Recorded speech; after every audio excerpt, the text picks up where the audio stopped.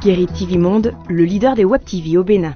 Bonsoir à toutes et à tous et bienvenue dans cette première édition de journal de la semaine. Le sommet, rencontre entre le président Patrice Talon et les démocrates ce 22 janvier 2024. La position du parti de l'opposition face aux souhaits du président Patrice Talon est à suivre dans ce journal.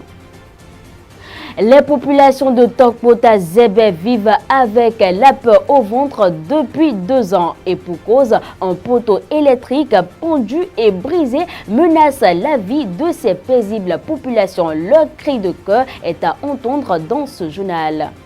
Et plus grosse déception en Côte d'Ivoire, CAN Côte d'Ivoire 2023, désillusion totale pour le pays hôte qui vient de perdre la 3e journée de la CAN face à la Guinée équatoriale avec un score de 4-0. C'était là le sommet, le développement, le voici. À nouveau, bonsoir vous fidèles internautes de Guéry TV Monde. Comme annoncé, la rencontre entre le chef de l'État Patrice Talon et le parti de l'opposition s'est tenue au palais de la Marina ce 22 janvier 2024 sous initiative du chef de l'État. Au cœur des échanges, la modification du code électoral et la révision de la Constitution. Une rencontre qui fait suite à la décision de la Cour constitutionnelle qui enjoint au Parlement la relecture du code électoral pour la présidentielle de 2026. À ce propos, voici la position du parti Les Démocrates sur la question. Devant l'opposition, le chef de l'État Patrice Talon a souhaité que toute modification du code électoral et l'audit de la liste électorale se fasse de manière consensuelle entre les partis de la mouvance et de l'opposition. Selon le chef de l'État, les députés qui parraineront les candidats à l'élection présidentielle de 2026 seront décidés par la classe politique.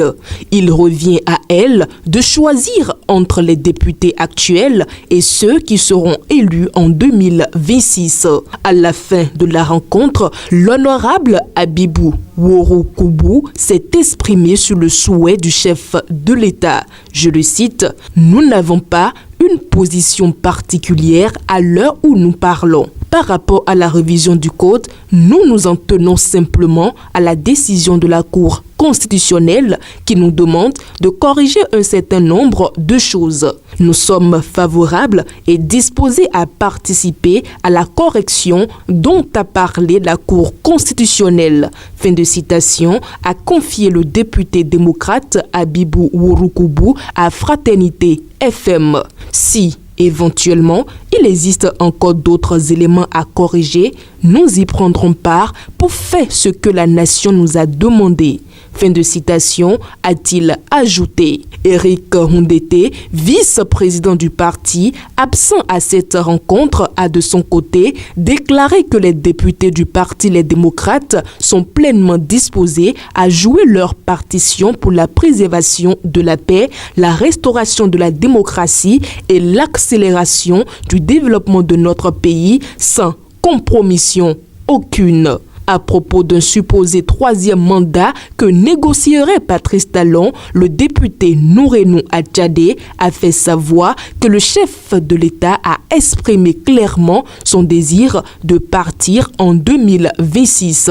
Par conséquent, la polémique sur un 3e mandat n'a pas raison d'être. Par ailleurs, le parti Les Démocrates dit avoir pris acte des déclarations du chef de l'État et, après concertation, communiquera à l'opinion publique nationale et internationale sa position par rapport à ces questions de la vie politique. Une information en bref dans ce journal. Près de 400 officiers et sous-officiers fonctionnaires de la police républicaine sont appelés à faire valoir le droit à la retraite forcée et ce à partir du mois prochain. Selon la liste, ils sont invités à une séance de travail avec la hiérarchie. Mais le but derrière cette rencontre est l'annonce de la triste nouvelle à eux. Cette décision s'inscrit dans le cadre d'une restructuration au sein de la coopération. Ce journal se poursuit, mesdames et messieurs. Depuis 2 ans, les habitants du quartier Tokbota Zébé vivent avec la panique et craignent le pire, bien évidemment. L'accrochage des bagages d'un camion a délaissé un poteau électrique brisé à la route. Malgré les tentatives de réparation, rien n'est fait par les agents de la société béninoise d'énergie électrique. Latifat Koweno et Patrice Aïrouton ont fait le constat que voici. 2 ans déjà que les riverains du quartier Tokbota Zébé côtoient un danger de mort. Poteaux électriques courbés, brisés à une hauteur, câbles électriques pendus et enroulés au pied du support. C'est dans ce désastre que les agents de la société béninoise de l'énergie électrique ont délaissé les habitants de cette agglomération. C'était une nuit et il y a un camion qui passait, qui transportait des bagages. Les bagages ont accroché le courant et on a entendu pas dans la maison. Nous avons couru dehors, on a vu que le poteau est cassé. Et cette nuit-là, on a appelé la SBE. Ils sont venus constater. On a arrêté le camion. Ils sont venus constater. Ils ont dit le chauffeur n'a qu'à payer quelque chose. En tout cas, ils se sont arrangés là. Ils sont partis. Ils ont dit que le lendemain, ils viendront réparer. Ce poteau-ci n'attend que la volonté du vent pour chuter à terre. La peur, le stress, la panique sont le quotidien des riverains. Récemment, je suis allée dans leur siège à Tokbota pour leur encore en parler. Mais ils ne sont pas revenus. 2 ans, 2 descentes des agents de la SB2E sur les lieux sans aucun résultat. Attend-il le pire ou le malheur avant d'agir? Nous ne pouvons rien. On a appelé la SE, ils ne sont pas arrivés. Qu'est-ce qu'on peut contre le courant? Nous avons peur. Surtout quand il y a pluie et il y a le vent qui balance. On a trop peur dans le quartier. Ce poteau électrique, implanté dans cette agglomération depuis des années, est aujourd'hui une menace pour les usagers. Face au silence des agents de la société béninoise de l'énergie électrique, les riverains ont pris la résolution de renforcer à leur manière le poteau électrique à la base. En temps, nous avons cherché un seau dans lequel nous avons mis des caillasses, plus le ciment pour maintenir le poteau. Désespérés, les riverains de ce quartier ne demandent qu'une chose. Nous appelons la SBE, le chef de l'État, les autorités, en cas venu nous aider pour que le pire n'arrive pas. En cas de tempête, de pluie, il peut y avoir électrocution. Nous avons peur de ça là. Un poteau électrique brisé et délaissé depuis 2 ans. C'est la preuve de la nonchalance des services de la SB2E. Et Dieu n'est plus le seul détenteur du souffle de vie de ses riverains.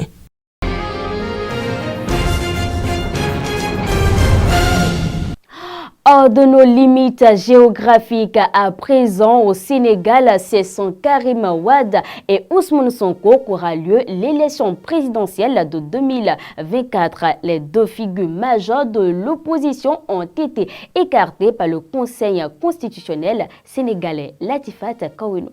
Ousmane Sonko fait les frais de sa condamnation à 6 mois de prison avec sursis pour diffamation. Cette condamnation le rend inéligible pour une période de 5 ans, a déclaré le Conseil constitutionnel, alors que Karim Wade a été éliminé de la course à la présidence en raison de sa double nationalité au moment où il a officiellement déclaré sa candidature. L'opposant qui a depuis renoncé à sa nationalité française dénonce une décision scandaleuse qui constitue à ses yeux une atteinte flagrante à la démocratie. Le clan d'Ousmane Sonko, de son côté, qualifie de précédent le plus dangereux de l'histoire politique du Sénégal la décision de la Cour constitutionnelle. La juridiction a retenu 20 candidats pour le scrutin du 25 février prochain. Rappelons que Macky Sall, le président sortant, a décidé de ne pas briguer sa propre succession. C'est Amadou Ba, l'actuel Premier ministre, qui défendra les couleurs de son parti. Autre réalité en République démocratique du Congo. Un camion roulant à grande vitesse a perdu le contrôle et a plongé dans un ravin dans le sud-ouest du Congo, tuant 18 passagers à bord et en blessant plus d'une douzaine d'autres, selon la police. Le camion était rempli de marchandises et transportait de nombreux passagers sur une route principale dans le territoire isolé de Kassagoulou, dans le district de Congo central, dimanche, lorsqu'il est tombé dans le ravin. Les corps récupérés dans le ravin ont été transportés à la morgue de l'hôpital général de Kassagoulou, tandis que les blessés, dont 6 graves et 15 légers, sont soignés à l'hôpital, a déclaré Benjamin Banza, commandant de la police de Kassagoulou. Le camion a été gravement endommagé et n'a pas encore été récupéré. Il faut préciser que l'excès de vitesse est une cause fréquente d'accidents sur les routes principales de la République démocratique du Congo, où le code de la route n'est pas souvent respecté.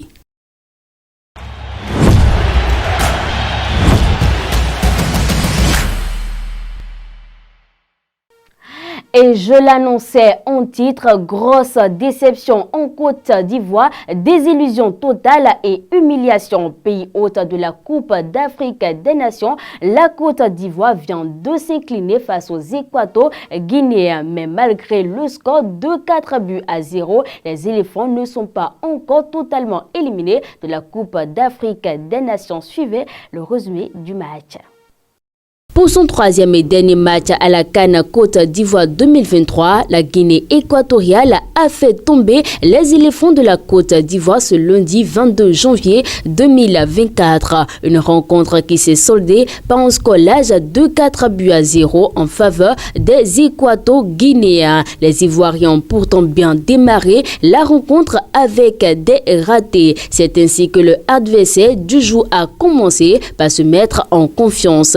Toute chose qui a amené les Équato-Guinéens à marquer des buts. Avec cette nouvelle défaite, les éléphants se mettent véritablement en difficulté en ce qui concerne leur suivi dans cette CAN Côte d'Ivoire 2023. À seulement 3 points et une différence de but de -3, les poulains de Jean-Louis Gasset doivent maintenant se mettre à prier pour être repêchés en tant que meilleur troisième. Actuellement, avec 3 points, la Côte d'Ivoire est troisième du groupe A, derrière le Nigeria et la Guinée équatoriale qui sont deuxième et premier respectivement. Et c'est sur cette douche froide de la Côte d'Ivoire que nous refermons cette édition vespérale. Merci d'avoir été des nôtres et d'ici là, portez-vous bien.